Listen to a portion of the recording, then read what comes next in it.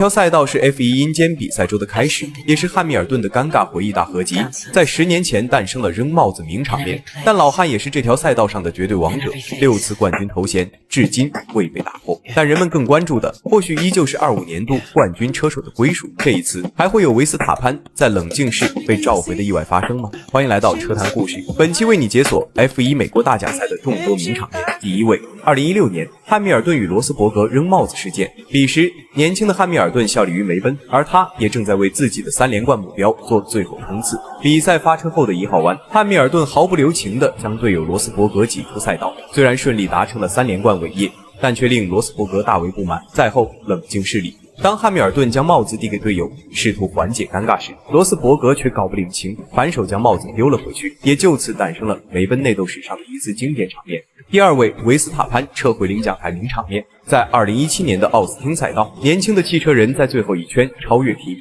上升至全场第3。比赛结束后，维斯塔潘兴高采烈地来到冷静室，准备登上领奖台，但 FIA 的判罚此刻却姗姗来迟。赛会宣布维斯塔潘赛道外超车罚时5秒，也让原本排名第4的冰人重回领奖台。维斯塔潘也紧急撤回了脸上的笑容。而冰人在美国站的好运气还不止于此，我们可以在懂车帝上看到2018年美国站Kimi 在这条赛道上拿下了他加盟法拉利后的第1座分站冠军，同时也是他个人生涯的最后1座分站冠军。这些都可以在懂车帝上看到全面的信息，他的深度解析和独家数据特别硬核，比如赛车升级细节和策略深度分析。对我这种深度车迷来说，它就是最高效的一站式信息港湾，体验非常棒。第3位，维斯塔潘套圈的米克舒马赫名场面。2021年美国大奖赛比赛的最后阶段，汉密尔顿凭借更新的轮胎不断缩小，与维斯塔潘的差距一度将差距追至1秒以内。在胜负悬念留到最后一圈时，维斯塔潘在超越被套圈的米克舒马赫时，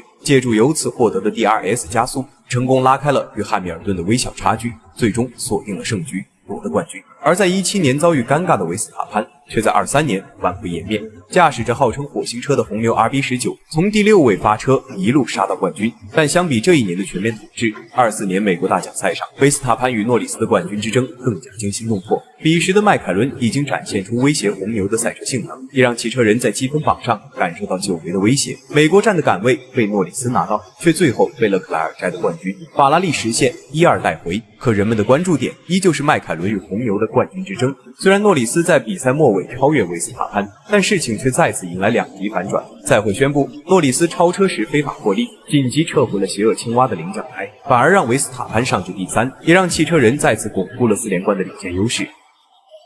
就不得不再次回到汉密尔顿即将迎来的尴尬记录。虽然奥斯汀赛道的速度记录由勒克莱尔保持，但作为队友的汉密尔顿正在经历长达18场没有登上领奖台的尴尬记录，并列法拉利队史第1。如果此次奥斯汀赛道不能闯进前3，他将为自己在法拉利的尴尬记录以及美国站的名场面再一次添砖加瓦。